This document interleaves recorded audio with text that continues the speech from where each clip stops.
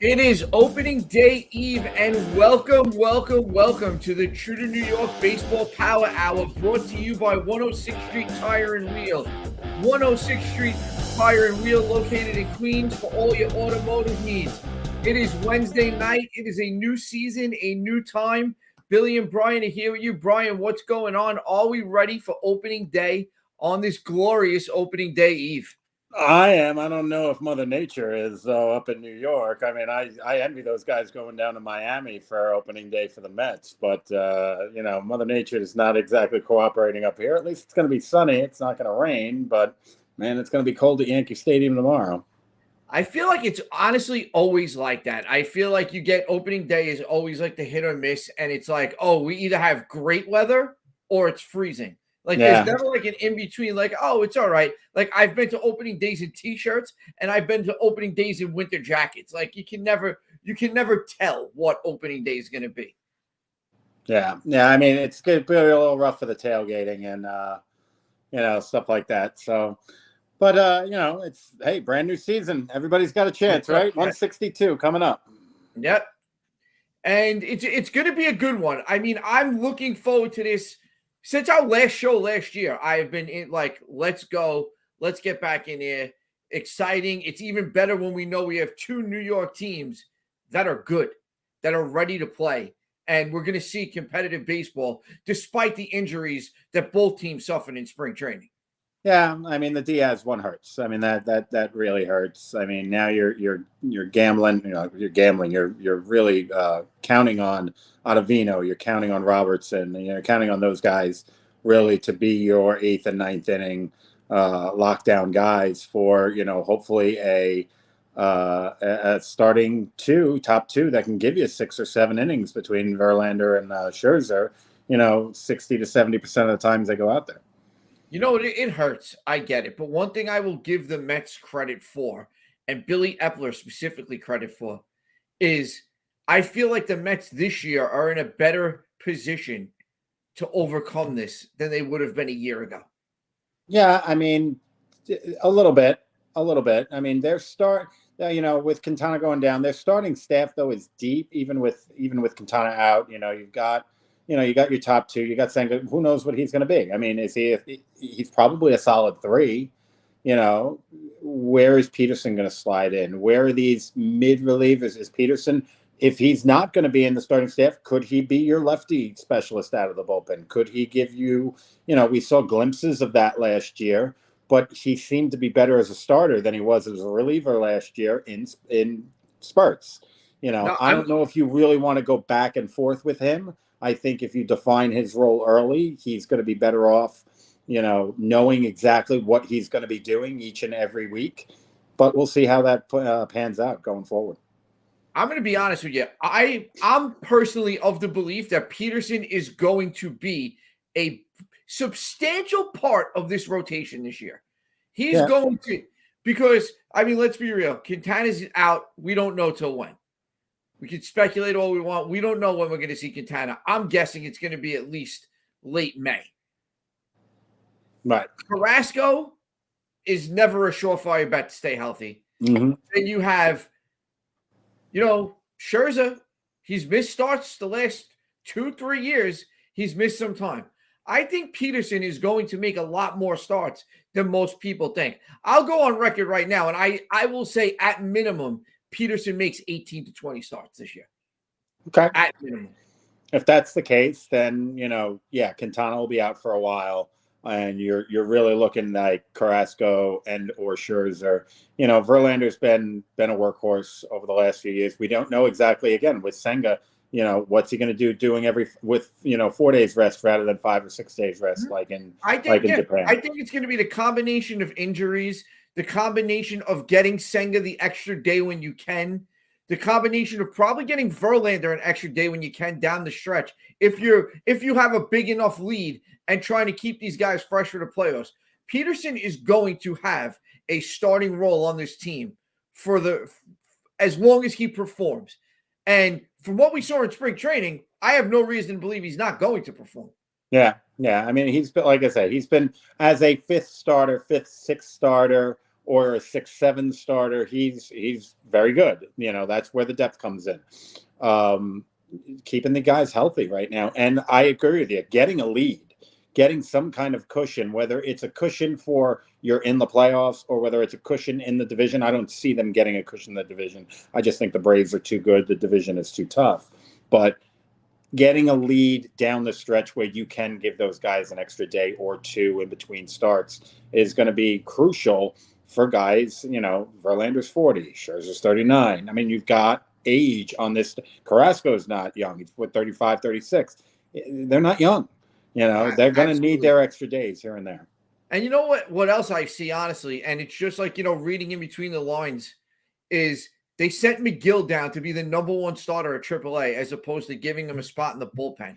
That, to me, shows they want to keep him stretched out because they believe he's going to be making starts at the major league level this year. Oh, absolutely. I mean, he's going to be you talk about a guy who can be an acquisition during the season, or someone you bring up late in the season, kind of like a deadline acquisition. If he can go back to the form that he showed at the beginning of last year, which, was very solid, you now add another depth piece into the mix, and keeping him stretched out, keeping him, where he can go 5, 6, 7 innings, is going to be huge. I think, again, if you end up having some major injury issues. Absolutely. I mean, injuries, it's part of the game. We've all seen it. But I think the Mets really are planning on the need for these pitchers for whatever reason. And they did the smart thing. I think McGill belongs down there starting. I think you need to keep him stretched out.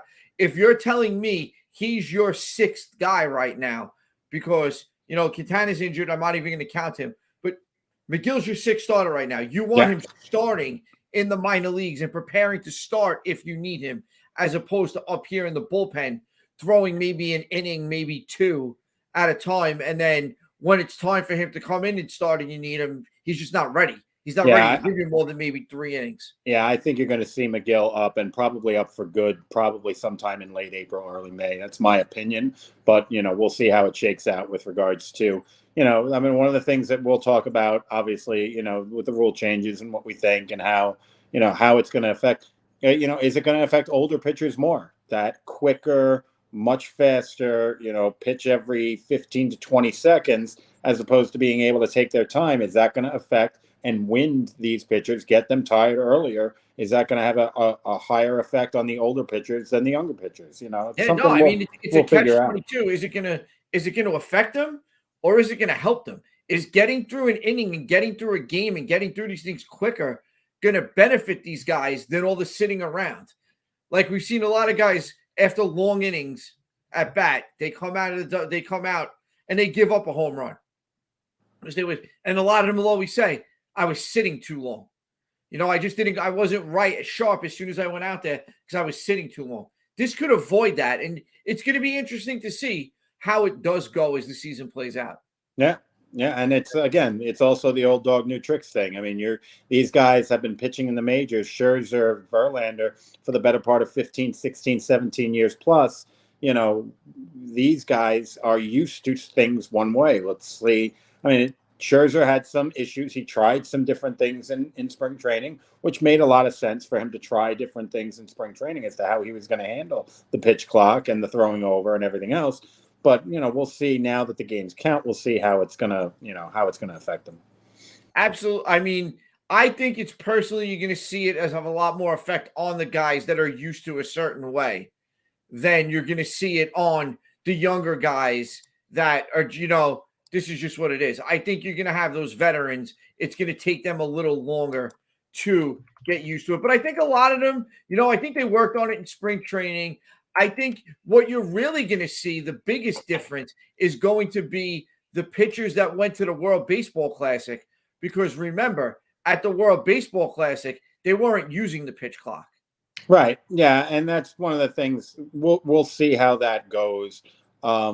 It's interesting that you talk about, guys that are regimented, guys that, one of the things, and I did not see a lot of it in spring training because he was at the World Baseball Classic, is Garrett Cole. Garrett Cole is the same guy who last year was yelling at Billy Crystal to get a move on opening day, because he was ruining his rhythm.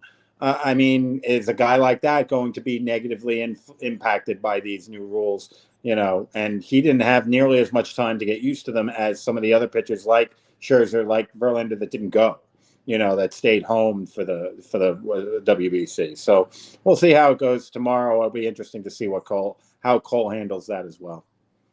Yeah, I mean, absolutely. I mean, the funny thing is Mariano Rivera is throwing out the first pitch tomorrow, so I don't think he'll be getting mad at Mariano Rivera if he takes a little extra time out there on the mound. Yeah, we'll see. He's an odd bird. We'll see how that works. There's a lot of talk. I mean, Chet here is talking about guys like Drew Smith and Tommy Hunter in the Met bullpen. Those guys are going to have to play significant roles. They're going to have to be better than they were last year and more consistent, the bullpen as a whole, to get through the loss of Edwin Diaz. Yeah, consistency is going to be the key. I mean, for those middle guys, you're hoping you see a similar year out of Ottavino. He wasn't bad last year, but he was really good in stretches, and then he was really poor in stretches. These guys, it's the consistency. We talked about it all year last year with the Met bullpen. They were good 5, 6, 7 game stretch. One guy was great, and then he was just terrible. Yeah, for another week. Yeah, the week after, they'd be good for 2 weeks, bad for a week. Yeah, and then it would rotate. Drew Smith looked like he would get everybody out for 2-3 weeks, and then all of a sudden he couldn't get anybody out for 2 weeks. I mean, exactly. And in that way, Buck's going to use his guys, though. I mean, that's how Buck is. Buck is loyal to his guys. He's going to use his guys. He's probably a reason Alvarez not up. He's probably because he's going to go with his guys. He's going to go with the guys that he knows, and that's why your starting lineup the first day is going to be Escobar is going to be in the starting lineup. Kana's going to be. I was shocked. I got to be honest. We'll touch on a few more things, but when they DFA Darren Ruff, I was shocked. If you heard what Buck Showalter was saying about him. He's been amazing on the backfields. He's been, doing all of this different stuff. And then literally the next day he's DFA'd, so it was either he was trying to set the table for maybe someone to pick him up for a futures consideration, some kind of trade, or he was just blowing smoke, who knows? But, the fact that I got to be honest, it made my heart happy that I don't have to see him take at bats that actually matter starting tomorrow. I was very happy. I'm with you. This Ruff trade, it just ended up terrible because not for nothing. J.D. Davis went to San Francisco and did exactly what the Mets were hoping Darren Ruff would come here and do. And that was mash some baseballs. And J.D. Davis went there and played very well down the stretch for the Giants. This trade worked out terribly on the Mets end. It's one of the few bad moves we could say were made by the Mets last year was that Darren Ruff trade. But the biggest thing to me, as far as him being released, which I like seeing an ownership group and a management group that takes, they take responsibility and they go, all right, get him out of here. They did it with Cano and they did it with Ruff. But what boggles my mind is why LeCastro over, I'm not even going to say Beatty, but over Vientos. Why? Again, I think it's going to be a tough one. I mean, because it's not a starting the clock thing, right? It can't be. Because, I don't believe that because Cohen doesn't care. Cohen will pay anybody anything. He doesn't care if he starts the clock or not. I think it's still how many at-bats are you going to get up here? How many at-bats are you going to get? If you really think about it, a ton of right-handers at the beginning of the season. Vogelback's going to get all your DH at-bats. Where are they playing? Scherzer likes Nito catching them. Where are they playing? Where are they playing these guys? Where are these guys getting their at-bats on a consistent basis up here that they'll get down in AAA? I understand what you're saying, but the only thing that makes sense to me as to why you keep Tim LeCastro over Beatty or Vientos is that they are concerned in the first couple of weeks how much center field Nimmo's going to be able to play. And Yeah, no, and again, yes, they are starting in a warm climate. They're down in Miami for this weekend and stuff like that. But as we were just talking about the weather up here for the Yankees, it's going to be cold. I mean, anybody who's got those nagging injuries, this is where it hurts the most. Now and in October, when it gets cold, you know what? Warm weather, everything loosens up much quicker. You got 75, 80, 85-degree days, humid, everything, muscles loosen up. I know I feel better getting up in the morning when it's, when it's nice and warm, as opposed to when it's, 35, 40 degrees. absolutely. These guys, when they come back up here next week, they're, a home opener. I mean, how much warmer is it going to be next Thursday that it is, going to be tomorrow? I 10 absolutely degrees, maybe. I mean, and I'm even saying this as a Yankee fan. I'm gonna say it's got to be rough on Met fans to see Brett Beatty go down, because this kid did everything and more that you wanted to see from him this spring with Escobar at the WBC. Brett Beatty earned the right to be at third base for the New York Mets tomorrow. I'm sorry. And you could find ways to make it work. There's always ways to make it work. And I just don't understand. I'll piggyback that. I'll piggyback that in a minute. Now, if that's where you're going with this, right?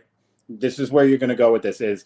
He had a great spring. He did, but do you want to? If you're going to play Escobar, which you're going to, we've already discussed this. He had an amazing September last year.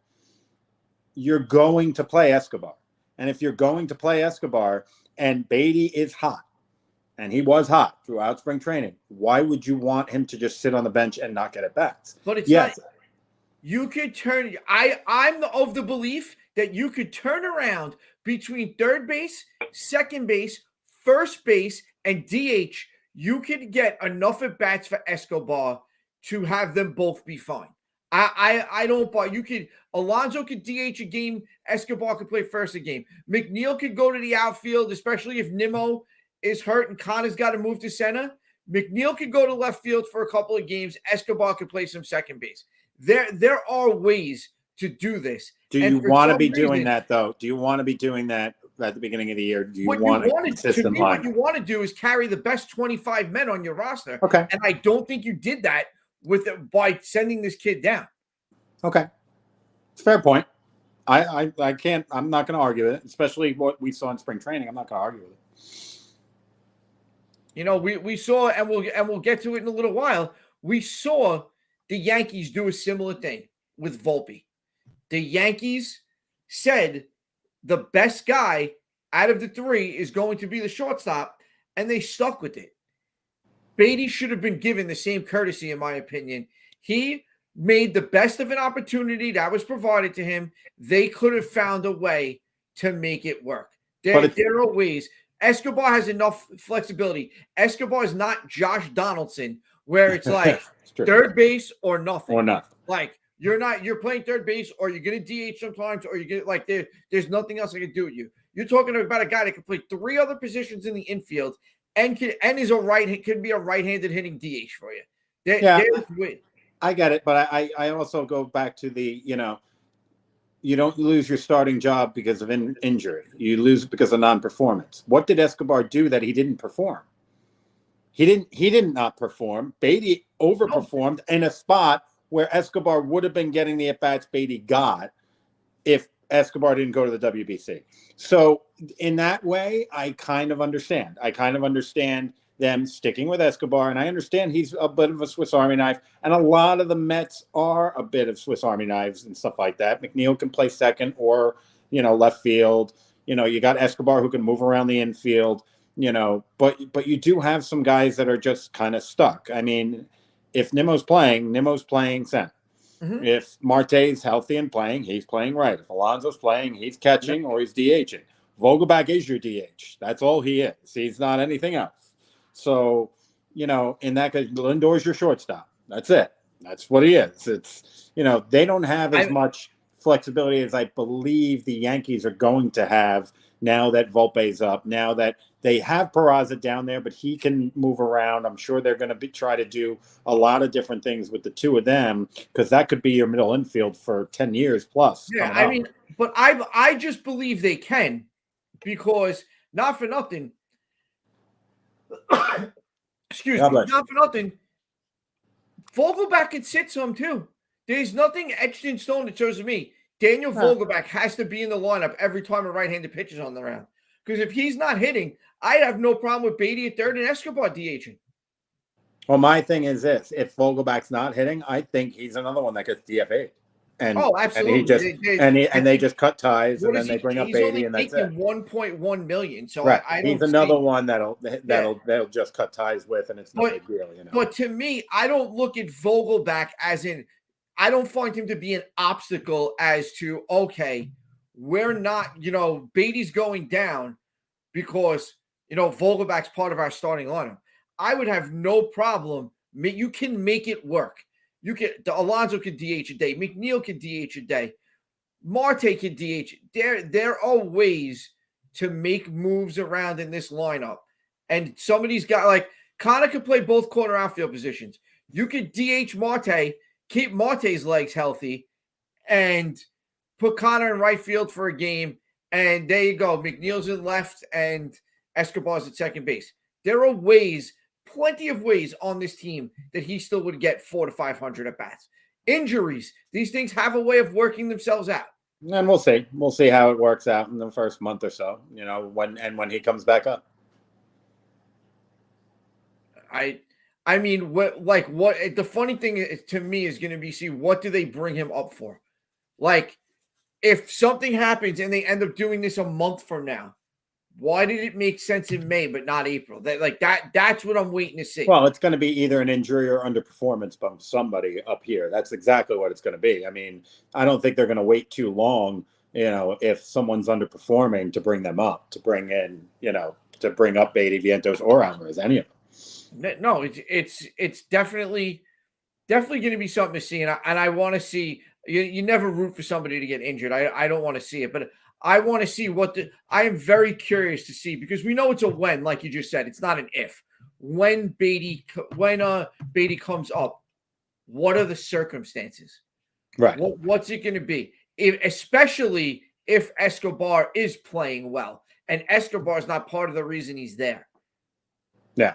No, I mean, and that'll lead us into, the whole Volpe situation, where, I mean, you can argue that the Yankees kind of backed themselves into a corner with what Boone said, with what Judge said, with what everything is, that there was no way with what Volpe did this spring you could then send him back down and say, oh, but it was still an open competition for the job. Because if you went with IKF and you didn't go with Volpe, please, I mean, now we know you're blowing smoke, because if he didn't win the job in spring over IKF, then he's never going to win it. He's they're going to keep IKF there for as long as they possibly can. The fact that they have him up, it shows you.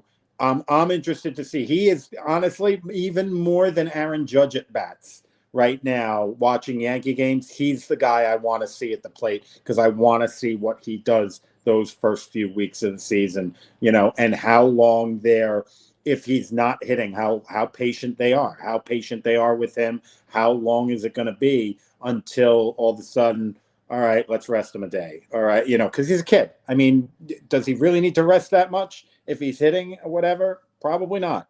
No, he should be in the starting lineup every think single day.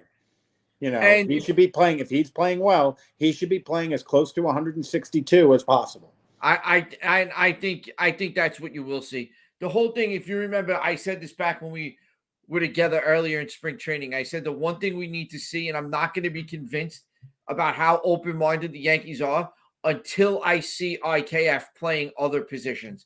And then you started to see him in center field. You started to see him at third base and second base. That's when you knew right there to me that it was going to be one of the kids. And then Volpe got hot.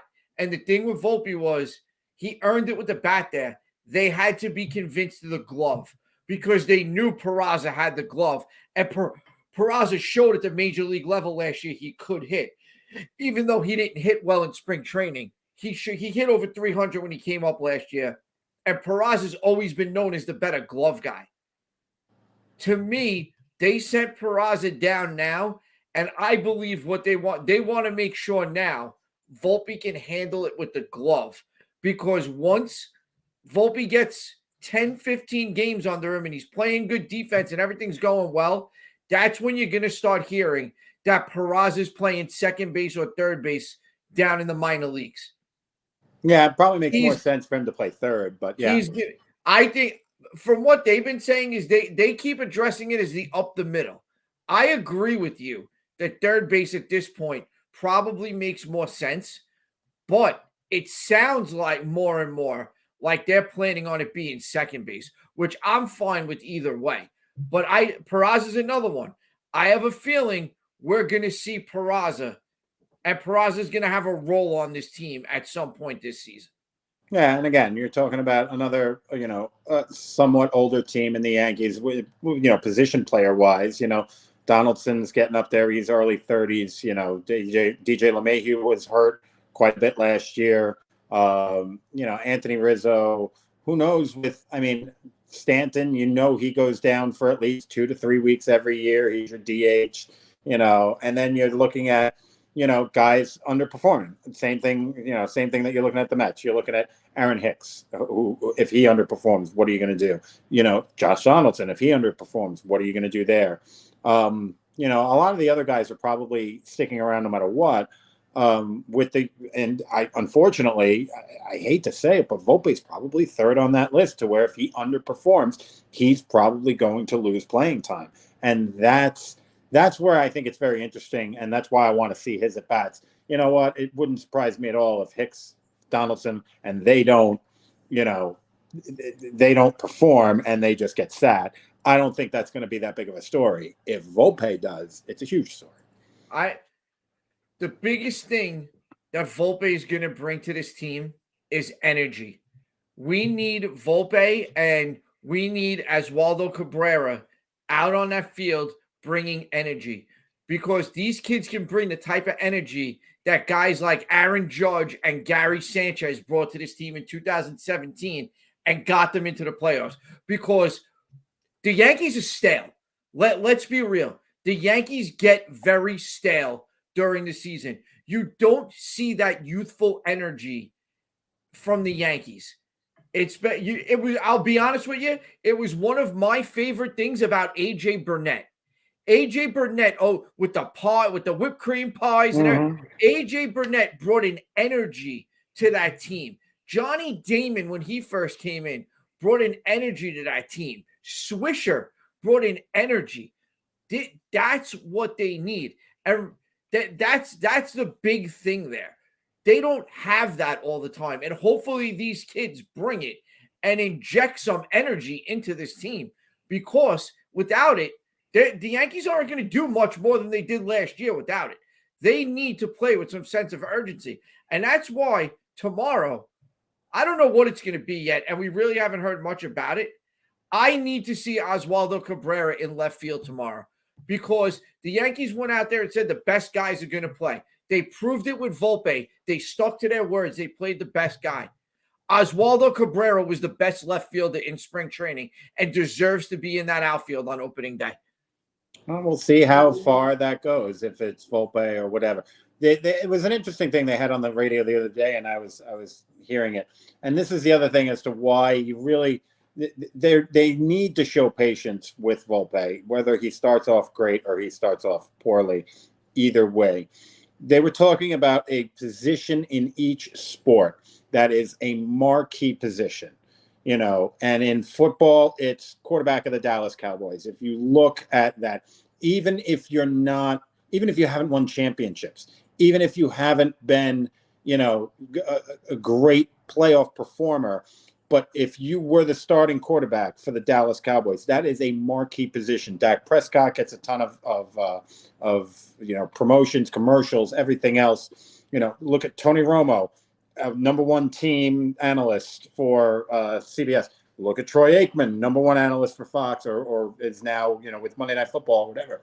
These guys get promoted. So if you look at sports, hockey's a little bit different. Obviously, basketball is a little bit different because basketball, it used to be the center position. It was probably the center for the Lakers. Now it's more global. It's more, how good are you? It doesn't really matter your position anymore. And the center position in basketball is kind of done. But what is the marquee position in baseball? Marquee position on the marquee team. And it used to be center fielder for the New York Yankees, right? DiMaggio, Mantle. You can go on and on and on. But ever since Jeter, that position in baseball, the marquee position in baseball, is probably shortstop of the New York Yankees. And now he's in that position. And Yankee fans, I don't know why, were up in arms that he took number 11. Like Brett Gardner was this unbelievable Yankee, that he was just this amazing, iconic Yankee, that he shouldn't have jumped into that right away. Gardner's not even retired yet. So many different things I heard was like, I mean, are we really, really idolizing? I mean, I hope he's better than Brett Gardner, who was a 256 career hitter for the Yankees. You would hope. You would hope laugh at that he's a little bit better than that. And it's the lowest number that the Yankees don't have retired. I mean, 1 through 10 is gone. So he's literally taking number 11, and he's got the marquee position in the sport. Not the marquee player, obviously, but he's got the marquee position in the sport. He's got the position that gets the most attention right now in baseball, and that's shortstop of the Yankees. Who's the guy that's going to replace Jeter? And if he can handle that kind of pressure over the first few weeks, on top of the fact that it's his first few weeks in the major leagues, we'll see exactly what he's made of, which is why I want to see all of his at-bats. He's got to come through. But the funny thing with Gardner, I'll tell you, Liz Cloken is a huge Brett Gardner fan. For the last 2 years, I've been arguing with her. 2 years ago, it was get him out of here. It's over. It's done. Last year, she kept hoping he came back. As soon as I saw today, he took number 11. I texted her. I'm like, are you okay? It's really over. Well, that's the nice part about the Yankees uniforms is they don't put the names on the back. So, she can keep going. And now she's got a great jersey now. I mean, it's fantastic. You got the new kid. Got one of the first Volpe jerseys going. Yeah. But, I mean, that just shows, to me, the little things like that show their commitment to this kid. And I think they're going to do what they have to make it work. I don't think you bring up a kid like this if you're not going to ride out the good and the bad. And that's what you got to do here. Like, they didn't give him this job just based off spring training. They gave him the job. He won the job in spring training, but they also had the confidence that he could do it. And they know when you're making these decisions, these guys have been in these chairs long enough, especially Cashman. They know it's not all going to be quote unquote puppies and rainbows. There's going to be some slumps. Everybody's gone through it, and they know they're willing to see it through here. I believe. We'll see. Hopefully they never have to worry about it. Absolutely. I mean, and it's a little easier. It's a little different. Because to me, I'm going to disagree with you a little. I don't feel like he's filling Jeter's shoes because to me, Didi Gregorius was the man that stepped in as shortstop of the Yankees after Derek Jeter because he was the guy that went in there right after. Kind of like David Robertson went in there right after Mariano Rivera. Those were the guys. Now it's just hopefully the next great one. That's what I want to see. The filling of shoes talk, I think that's a little too much for me because, I mean, Derek Jeter's been gone so long, he's a Hall of Famer already. Right. But it's still, I mean, I think Jeter made that position the marquee position in the sport. So, yeah, the one nice thing is he does get to go into a little bit of Judge's shadow. For instance, if Judge, and by no fault of his own, if Judge has a slowish start to this season, all the attention is going to be there. None of it's going to be on Volpe. So unless he's the only one that goes into a slump at the beginning of the season, I think he's got enough guys around him that are going to take the pressure off of him. The fans aren't going to turn on him right away if Donaldson's hitting 125, 2 weeks into the season. They're not going to turn on him if Aaron Hicks is hitting, 200 with no home runs, by April 30th, So he's going to have a little bit of the attention taken off of him with regards to that. But at the same time, you don't want him to start off slow. You just don't. Like I said, I really want to see his at bats, when the real thing starts. And that's, this is the real thing now. No more spring training pitchers. I understand he was playing early, he was playing against, but no more guys. You have all the guys from the WBC that'll be pitching. We'll see how he is against all of the top players in baseball. You know what the easiest way to get the pressure off him will be? Winning. Yeah. The team gets off to a hot start. These things have a way of working themselves out. And that's a big thing. And I'm seeing here in the chat, we still need pitching. The Yankees pitching, we got some injuries right now, but nothing seems to be long-term except Montas, who I'm not worried about Frankie Montas. We know, it's didn't have him already, what happened there. I'm not going to waste my breath going back over the Frankie Montas crap, but I look at the good things we saw this spring. And Clark Schmidt, who's going to pitch Saturday, and Domingo Germán, who's going to pitch Monday, had damn good spring trainings for the Yankees. And I'm okay with those guys right now. Germán's proven he can win at the major league level. Schmidt's been an effective reliever for the last 2 seasons at the major league level. I think he's ready to step in and start. And I want to see what these kids have. I'm happy to be giving some new blood the chance here. Yeah, they're a top 10 staff, my opinion. It probably even higher than that if you go by the whole staff. But they're a top 10 staff in baseball. I don't know. How much better do you want them to be? Exactly. Rodon now, the last I saw on Rodon was yesterday. They're saying it could be late April now. He could be back. Yeah, if he's back, I don't see the Yankees. I think pitching is the least of their concerns right now of everything else. You want Volpe. I think Volpe is I don't want to say he's your biggest concern, but he's definitely what you want going forward to push forward. Your concerns with is third base, what's Donaldson going to give you, and left field. Those are your real big concerns, in my opinion, right now. And then, after that, it's all going to be about health. I think third base is the biggest concern because it's what are you going to do with him?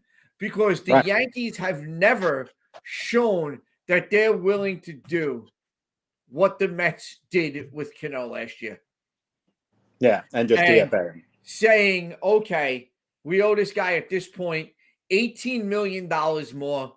We're going to eat it, and he's got to go. And we got to play, whether it's DJ, whether it's Cabrera. We got to play somebody, whether it's bring Peraza up and put him at there. We got to do something else here because this isn't working. Yeah. And I don't see them. I think Josh Donaldson is going to be continued to be run out there this season. And, spring training, he changed his stance. I saw some good at-bats. I got to be hopeful. And that's all I can do at this point. I got to root for him to do well. I'm not going to sit here, in the back of my mind, am I always going to be waiting for the other shoe to drop? Yeah, kind of I am. But you got to be optimistic when, we're not doing anything about it.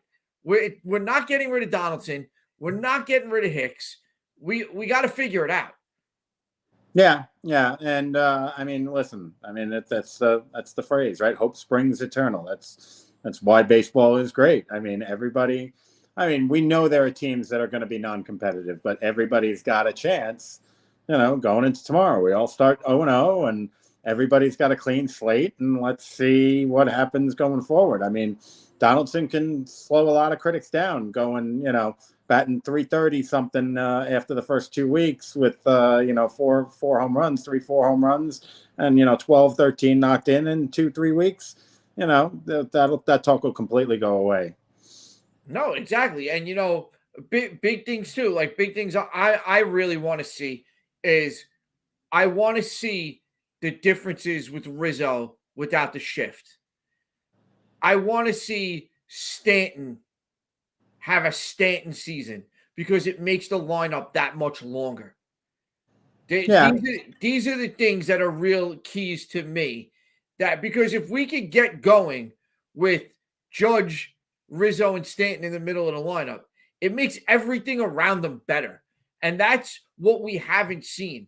Because whether it was injury or whatever the case is, we never really get a point where all three of those guys are like clicking on all cylinders. right. And Yeah, it hasn't happened yet. I really haven't seen where Judge and Stanton and Rizzo and LeMahieu are all, really just going, and that makes that top four just. I mean, that's deadly top four. Now throw Volpe in that mix, which I assume he's going to bat, somewhere towards the top of the lineup. If no, he can give you, actually, they said he's tomorrow. They've only said about tomorrow. They said opening day he will be batting ninth. okay, all right. Well, that takes a lot of pressure off him too.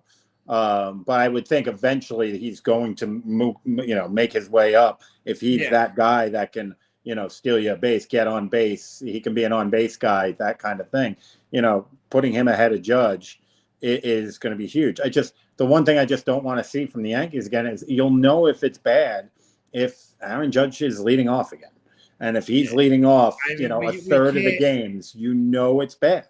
Things haven't gone with the well. combination of having DJ back and healthy and Volpe, I don't think you're going to see it. I'm going to keep saying what I've said for years now. I want Judge hitting third. I'm not a fan of this number two thing. I don't think separating him and Stanton does nothing for me because the pitcher's got to face three batters anyway. And you're not going to, as a manager, if you have Rizzo and if you're the Yankee manager, if you're Aaron Boone and you have Judge and Stanton coming up and they bring in a righty reliever, you're not going to do anything different. You're not taking either of those guys out of the game. You're not taking the bat out of either of those guys' hands. So what I see, I get it at certain points in a lineup where you want to mix and match. And I understand that. But when it comes to those two guys in the middle of that lineup, I don't see why. Because you're not good. As long as you're not going to do anything different, why are you doing it? Yeah. No, I agree. To me, now here's how I look at it. I would bat Rizzo second. And the reason I bat Rizzo second is because you're more likely to get Judge and Stanton to see a lefty in a big moment. Because say it's a tie game, DJ leads the inning off with a single, and here comes Rizzo. You're going to see sometimes that guy, the manager's going to go to the lefty to try to get Rizzo, especially if there's one out, a runner in scoring position. Yeah, you're going to bring the lefty in to pitch to Rizzo, but that also means that lefty's got to now pitch to Judge and Stanton. No. Or you're going to think twice about bringing the lefty in to pitch to Rizzo because the lefty has to face Judge and Stanton also. Mm-hmm. So you stand to me to be a lot more dangerous with Rizzo as your two-hitter than Judge. I agree. Yeah, no, it's a good point. I mean, with that three batter minimum, which I can't stand, but that three batter minimum plays a huge part in, I think, to your point, wanting to put Rizzo ahead of those two. So because now, to be honest, you put him ahead of him. Say Judge gets on. If Stanton's struggling, I'll bring in the lefty to pitch to Rizzo and take my chances with the lefty with Stanton. Yeah. You're not going to take your chances with Rizzo and with Judge and Stanton. But it's true. One. No, yeah, it's very true. I mean, can we, but real quick though, can we go and talk about how great of a day tomorrow is in New York sports? You've got the Yankees on at 1. You've got the Mets on at 4. Kudos to Major League Baseball for doing that, by the way. They could have very easily put the Mets on at 1 also, playing down in Florida, East Coast. They go 1 o'clock. The Mets home opener next week, they did that, to be honest with you. I think they put them both on at 1 o'clock. Yeah, so they're 1 o'clock, though, tomorrow. 1 o'clock, Mets 4 o'clock. And, I mean, I'm a huge hockey fan. You got a huge game, Rangers-Devils at 7 o'clock. And then, if you just for opening day, right? You've got You got Angels A's. You get to see Trout and Otani at 10 o'clock on MLB Network. It's their showcase game. I mean, does it get better than that to be able to just sit around and Oh, and just spend a whole day watching sports on I, TV? It's really nothing better than that.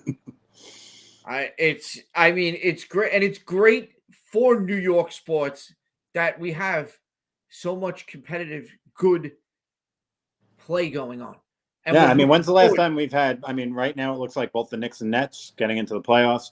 You had the Giants in the playoffs this year. The Jets were knocking on the door until they collapsed. Right now it's Rangers, Islanders, Devils all in the playoffs in hockey, and you've got two really good baseball teams. It's been a long time Yeah, for New York sports to have that many quality teams. Now we'll see what the Nets are going forward now that they blew up the big three, but it's really been a joy to watch different things because there's something going on, especially this time of year when you have, three sports going on. There's something going on, something to watch at all times. It's awesome. absolutely. I mean, New York sports are definitely on the rise. But Brian, we're gonna get to the end of our show tonight. We're gonna start with some predictions. The New York Mets over or under 97 wins. What do you think? I think it's under, and I think it's only slightly under. I actually have them at 95. And at believe it or not, I think that might be good enough to win the NL East. And the reason I say that is because, you know, yeah, we got the more balanced schedule, right? I mean, it's a little bit more balanced. But you're still playing the Braves, you're still playing the Phillies, and I think all of that is going to be, paramount. That and their injuries and stuff like that, paramount in how many wins it's going to take to win that division. And I don't even think it's going to take. I think 95 might be enough to win that division. 101 wasn't enough last year because they lost the tiebreaker. I think 95, though, the Phillies. That's a huge loss for them losing Rhys Hoskins. I mean, especially that late in spring, it's rough for them. But I still think they're good. Florida, they've got Alcantara, they've got some pitching down there. It's going to be hard to score runs. I mean, you look at the over/under of that game tomorrow; it's 6.5. I mean, 6.5 is incredibly low in this day and age of baseball. But we'll see. I think 95 wins the Mets will have. And I think that puts them in position to win the NL East. It's funny. Your number's 95. I'm going 96. So I'm going under the 97 also. I'm going with 96 wins and a wild card. I think the Braves are going to win this division. I mean, and that's not a knock on the Mets. The Braves are just that damn good. And they just keep getting better. Yeah. I mean, they have been, other than the Acuna injury, they've been, a couple of years, they've been pretty lucky with their injuries and stuff like that. They did lose Dansby Swanson. Is that big of a deal? Probably not. I mean, we're But we'll talking about a see. team that won a World Series without Ronald Acuna. Right. I think they'll get over losing Dansby Swanson. Yeah. No. Yeah. But again, they've been lucky with regards to they haven't had like a Rhys Hoskins type injury where someone's gone down for the year, other than Acuna a couple of years ago. And yeah, And they they lost. did win. No, they did though, because they lost Acuna, they lost Ozzy Albies. They've lost pieces and they've made it work. I mean, I got to give them all the credit in the world. Yeah. The way they paid their young the way they paid their young players as well too, to be able to keep them all together for as long as they're going to have them is really, it's a credit to the DM. It's credit to the way they're running their organization. I've said it before and I'll say it again. That model is the model all teams should be following in Major League Baseball. Absolutely. I completely agree with you. Yeah. And now on to the Yankees. I'm going to use the same number. Over under 97 wins. What do you think? Same thing. I think it's going to be under. I think it's going to be right around that 94 number. And a similar reason, do I think the Orioles are going to do what they did last year? If they get better, Toronto's going to be up there. Tampa Bay always seems to be hovering right around 90 wins, 88 to 92 wins. Even on bad years for them, they tend to hover right around there. I think they'll have 94 wins, 95, 94 wins, and same kind of thing. I think that's going to be enough. I mean, I know Toronto's good, but they really didn't show me the heart that I think they need in order to pass the Yankees in that division and be the best team in the East. And until the Yankees lose that, that aura that these other teams seem to be chasing, I don't see anybody beating them in the division. I agree, but see, to me, my answer is a little twofold here. If we really get Rodon back in late April, I like the Yankees for 98 wins. If we don't get Rodon back in April, I'm going to go with the number of 94 because I think Rodon is going to be that difference and is going to be that improvement they need in those two difference of those two numbers. Okay. Yeah, I mean, listen, health is going to play a part. One of the things that, obviously Judge, nobody's expecting him to go 62 again, right? Nobody's expecting him to do that. So if he hits 45 this year, okay? And they were talking about this on Michael K today. That would be 17 less home runs. 45 home runs is a monster season, is it not? I think so. If he only hits 45, that's 17 less home runs. Somebody's got to pick that up. And the guy, not unfortunately, but the guy you're thinking is going to pick that up is Volpe. Is the difference between Volpe and what IKF gave you last year. And if Volpe can do that, if Volpe can be the difference between what Judge was last year and what he's going to be this year, and what with the difference between what IKF was last year and what Volpe can be this year, I think that's going to be a wash. Is Rodon that big of a piece? Maybe. I think it's more important to have him in September, October than it is to have him in April and May. Yeah, no, absolutely. I couldn't agree more. But just to go totally unrelated for a second, your prediction came true and the Blackpool Combat Club came out and Brian Danielson just beat the crap out of Kenny Omega. Yeah. Knew it was coming, but no. If everything was as scripted as if all the other sports were as scripted as wrestling, but that's my soap opera. I love wrestling. So. Absolutely. We are guilty as charged here. But no, I mean, Rodon is going to be a determining factor. And to me, it's the same reason why I went with the under with the Mets, but just slightly under because of Diaz. I think you're going to lose a couple of more games not having him back there, but I don't think it's anything like alarming. I don't think it's going to be as bad as some melodramatic people may think, but I think you're going to lose a couple of more. It's not going to be as good as the back end of that bullpen is not going to be as good, but I think it can suffice. No, I agree. I mean, you can't lose the best closer in baseball from last year and one of the most, if not the most dominant season a closer's ever had. I mean, he literally struck out half of the batters he faced.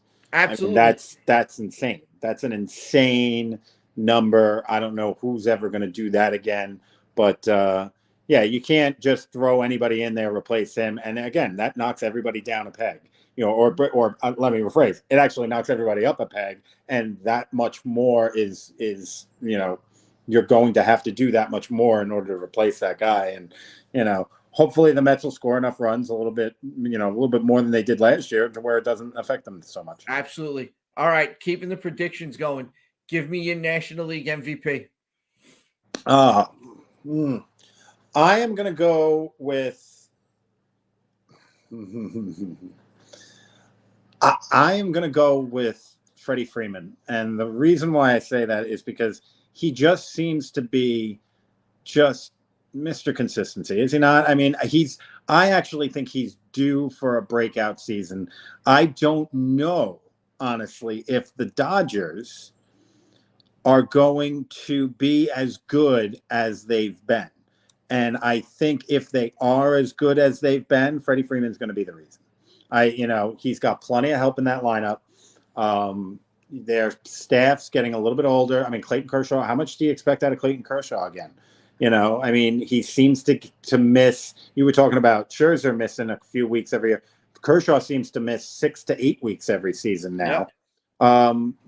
I think Freeman could be the difference between the Dodgers winning the division and the Dodgers being a wild card team, with San Diego out there. So I'm gonna go with Freddie Freeman. Freddie Freeman. I am going to stick with my bold prediction from a couple of weeks ago, and I'm going with Pete Alonso. I said it. Right? It's New York-based show. Let's go. I said it then. I'm going to say it now. I think this is going to be the year that if he isn't already, and to me he is, but to anyone he isn't, this is the year Pete Alonso becomes a household name in Major League Baseball. And I'll give you a dark horse if it's not Pete Alonso, and to me, it's not really that much of a dark horse. It's one of those Atlanta Braves we've been talking about, and it's not Austin Riley, like Chet just said. It's Matt Olson. Okay. That'd be interesting because, you have Matt Olson, I have Freddie Freeman, the two guys that kind of replace, he replaced Freddie Freeman, and I got Freeman being the MVP. So it would be one or the other. What about your American League MVP? American League MVP. I'm going to go Julio Rodriguez. I think he's going to be the reason that the Mariners get there. I think the Mariners get over the hump this year. I think they really get there, and if they get there, he's going to be the reason. He will be the reason. He's going to be the catalyst. And I really believe that he can put that back on the map. He's the best, obviously, best center fielder they've had since Griffey. And I want to see it. I want to see it. He's probably, in my opinion, one of the top 3 most exciting players in baseball to watch because he can do it all. There isn't anything that guy can't do. And I'm going to go with Julio Rodriguez. I think he takes another major step forward this year, and I think the Mariners take a major step forward this year and win the division. Nice. I'm going to go with the guy I think. I agree with you. Julio Rodriguez is one of the most exciting players in baseball. I'm going to go with the most exciting player in baseball to me, and that's Shohei Ohtani. And I think now it's finally going to be for the right reasons, because I think the Angels are going to make the playoffs. I think the Angels are going to be a wild card team. And we've had this conversation on this show a million times. I hate MVPs on last place teams. Don't give me that crap. This is finally going to be an Angels MVP deserving of winning an MVP award because he's going to lead a team to the playoffs. I like it. Chalk, but I like it. National League Cy Young Award winner. I'm going way off here. And I actually named him my Rookie of the Year last year. And he had his growing pains at the beginning of the year before the 4th of July, before the All-Star break. I'm going to go to Hunter Green of the Cincinnati Reds. And it's going to be tough for him in that ballpark because that's just a launching pad. But if you look at his stats after the All-Star break, from July 4th and later, from the All-Star break and later, he was one of the best pitchers in the National League. He was top 5 in ERA. He was top 10 in batting average against on fastballs. He was he was almost dead last in batting average against on fastballs before the All-Star break. And if you look at him and you look at his stuff, don't tell me you don't see Jacob deGrom type stuff from him. He hits 100 to 101 and 102 on his fastballs. He's just got to learn to pitch. He's got to learn to locate. And once he does that, once he learns how to do all of that, I don't think anything's going to be able to stop this guy. His stuff is that good. His stuff is that good. He's got one hell of an arm. He kind of reminds me, honestly, and it didn't pan out that way, but he still was a damn good closer for a long time. He reminds me of Chapman. Yeah. When Chapman came up. Yeah. When Chapman was originally a starter. That's what he reminds me of. I don't know if he's ever going to hit 104 like Chapman did, but he's a starter. So, we'll see. I'm going to go with Max Fried of the Atlanta Braves. We saw what he could do last year. I think he's only going to keep getting better and better. And I think he's going to take that step into being one of the top pitchers in the game this year. Yeah. He's got the team around him to do it. That's for damn sure. Absolutely. Especially with defensive runs saved and their ability to play, their athleticism in the field. They definitely has all the tools to do that. Absolutely. All right. Give me your American League Cy Young Award winner. American League Cy Young, man, as much as I hate to say it. I really do. I can't stand it. But I'm going to go with Garrett Cole. I think all the different things that we had said, how's it going to affect him with the new rules and everything else and yada, yada, yada. I think he's going to benefit because he is that guy that just wants to go. He wants to go. He wants to go. And when he's in a rhythm, he's tough to stop. He's really tough to stop. And I'm going to go with Garrett Cole because I think he's going to, I think the Yankees are going to be very good. I can see him winning 20 this year. If he stays healthy with that staff, with the bullpen behind him and with the potential that they have also for defensive runs saved, assuming that maybe Cabrera is in there playing defense, maybe Peraza is in there as well towards the end of the year. I think he's got a real good chance, and I'm going to take Garrett Cole. You're not going to hear me complain there. And Cole was actually my pick, but we can't do the same. It's just boring. So I am going to switch it up, and I'm going to go with Shane McClanahan into the Rays. I mean, I think that just watching him, I have him on a couple of fantasy teams too. He is so good, and you just don't hear a lot about him.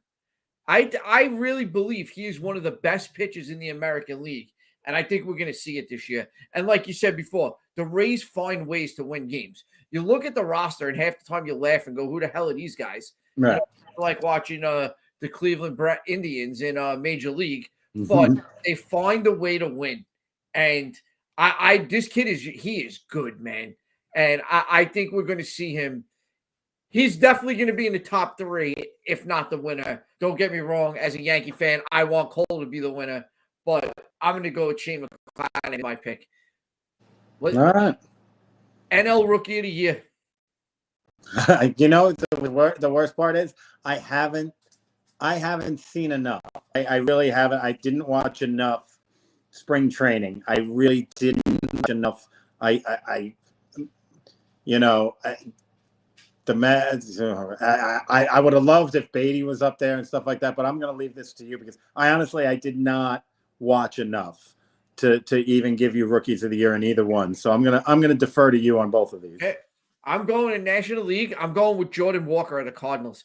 I mean, this kid is a big boy. He hits the ball a long way and he can run. This kid's probably going to hit you 20, 25 home runs and steal you 20 bags. I mean, I think he's going to end up starting the year in the outfield. He's a third baseman. He ain't playing third base in St. Louis. We know that. That's Nolan Arenado all the way. So I think he's going to end up in one of the corner outfield spots, probably some DH. The kid is good. I mean, Chet, this is probably the best thing you've said in the last hour. Also, Corbin Carroll of Arizona, another great pick. But I think Walker has more power. And I think average-wise and steals-wise, they're that close that I think Walker's power makes him a little better in my eyes. And in the American League, I'm going full homer. I'm going Volpe. I knew you were going to go there. I'm here for it. If this kid if he plays anywhere near the way he played in spring training, in the field and at bat, I don't think there's anyone out there that's going to come close. Gunnar Henderson is great.